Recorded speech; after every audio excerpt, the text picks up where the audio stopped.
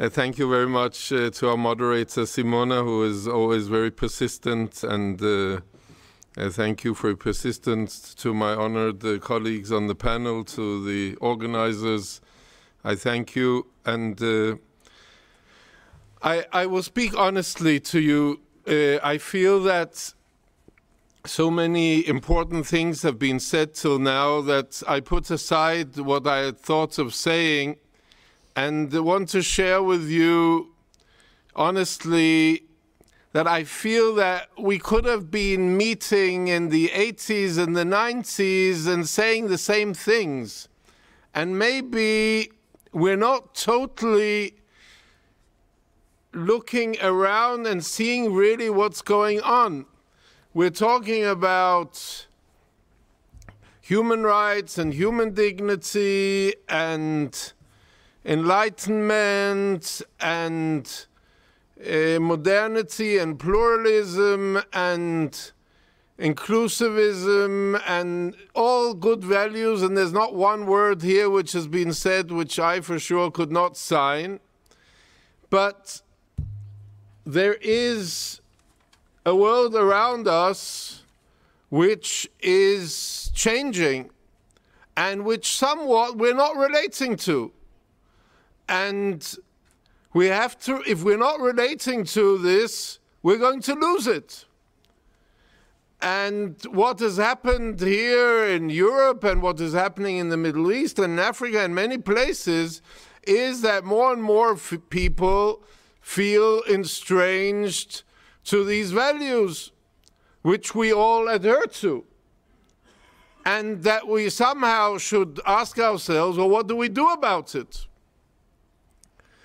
And this estrangement doesn't mean that the values are not good values and right values.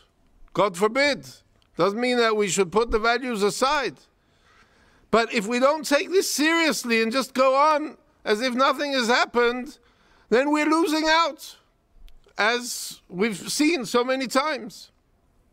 And there we have to relate, I believe, not only to issues which of course are important, of the insecurity and the poverty, but we have to relate to what is the issue here of our meeting here, also to the issue of religion. Religion is the biggest NGO in the world, whether we like it or not, and the most influential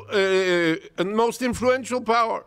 And it's true that we can all quote the best of practices and the best of quotes and so on to religion. But those are not the quotes which are always quoted in the places where religion is taught.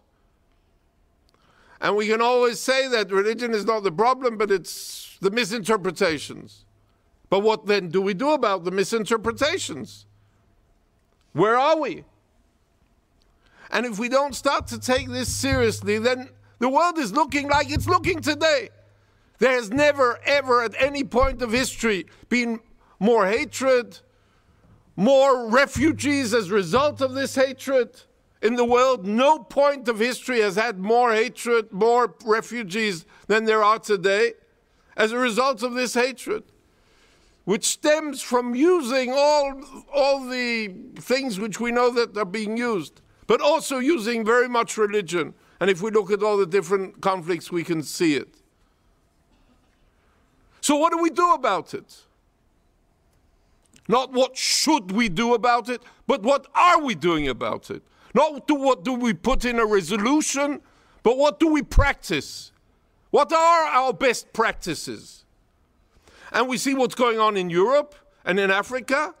Or is this the direction? We see all the politicians now, what's going on in France, what's going on in, where I originally came from was Scandinavia. All the politicians from all different parties, they're all going to the extremes because they have to fight terrorism. What is fighting terrorism?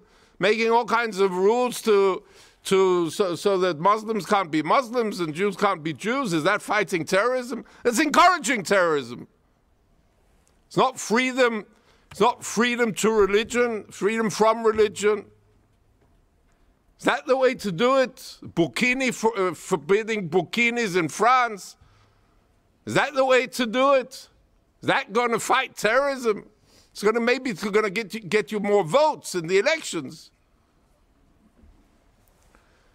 But that's the problem. It's a problem all over. So I want to just share with you in the minutes I have some of our best practices. We've worked intensely in the Holy Land with the difficult people, not the easy people. Not the people who spoke like the wonderful talk we heard before by Sheikh Al-Yacobi. He wouldn't be admitted to our talks in the Holy Land. We only talk to the extremists, not to people like you. You speak too wonderfully. We only speak to the extremists. People like me wouldn't be admitted either. We can speak to each other, we find the common language. But we speak to the difficult people.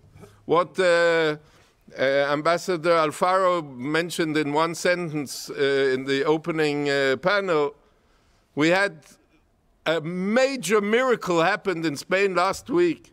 We got together the extremists, the mainstream extremists. There are other extremists who we're isolating. But the people who have been really, really difficult from both sides, from the Palestinian side, from all the parties of the Palestinians, including those who were originally in the Islamic Jihad and people from the Hamas and people from the Israeli side who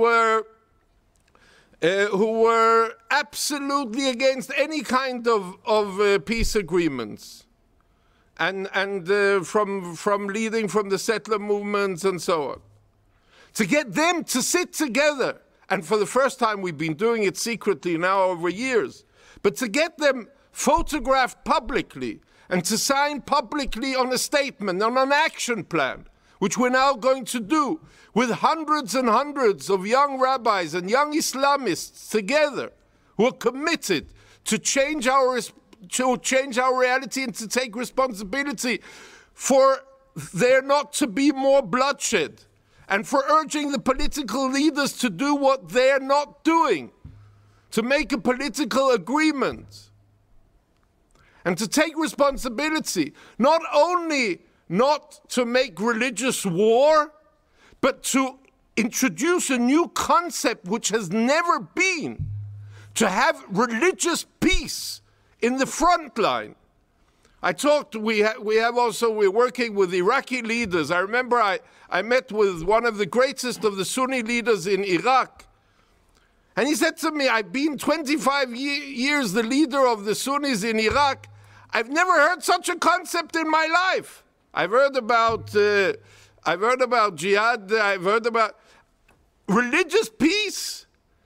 And one of my Muslim colleagues, a great Islamist decision maker, he said to him, what do you mean? What did Salah ad-Din, after having wars, he made a religious peace in Ramla. He signed a religious peace. There are so many presidencies in Muslim tradition as there are in Jewish tradition. And we base ourselves on religious traditions, and we can do it. And we're doing it now, practicing it. Last year was Yom Kippur and Eid al-Adha on the same day. And the head of the police in Jerusalem came to me and he said to me, we have warnings that there's going to be terrible bloodshed. It was at the beginning of a new intifada, and it's going to be terrible bloodshed on this day. So I said, what are you coming to me? You're the head of the police. You do something about it. He said, but you have all your friends on Al-Aqsa and so on. Go and talk to them and talk to all your friends. Okay, so I did. I went and talked to my friends. And the most extreme of the Muslim clergies, of the former Mufti, who is the most extreme, I went to him. I said, you want this to be a bloodbath? He said, no, no, God forbid, Allah forbid. He wrote a fatwa, very strong fatwa. He said, to celebrate our holiday is a very important thing, but because of the Jews celebrating Yom Kippur, we should tone down the celebration this year. He wrote this fatwa. It was signed by 64 of the leading Muslim leaders. It was printed in all the Palestinian press. I went to the chief rabbis. They all signed an equal thing. They said when the Muslims are celebrating, it's not to disturb the Jewish Yom Kippur. And it went to all the synagogues. The result of this was that no stone was thrown. There was no disturbances. The head of police came to me. He said, we had now 4 days of quiet. Can't you do this 365 days a year? I said, yes, we can. We can do it. But this demands that we work intensely with all the means we have to change this atmosphere of hatred and fear. And every time that there is a bomb and every time this gets all the headlines. Do you think that the peace summit last week got the headlines? No. If somebody had threatened somebody, that would have got all the headlines. It was a story in the religious press and so on. It was a sensation. It was a miracle that you could get the extremists from the two sides to sit together. In the Arab newspapers, the story was broad, all the pictures were nice and this, but this is really a sensation. We have to work with all the means in order, both in the Middle East and all over the world, because this is a time when people are insecure, the young people are insecure, where the media cultivates the hatreds and the splitting up. We need to find a way of combining the identity of religion, the persuasion of people to their identity with all the beautiful values of human rights, human dignity, democracy, peace, and dignity. We need to, that people will see this as a conflict, but we need to find the way, and it's very, very hard work, and we need to invest in this just as much as being invested in building walls between people.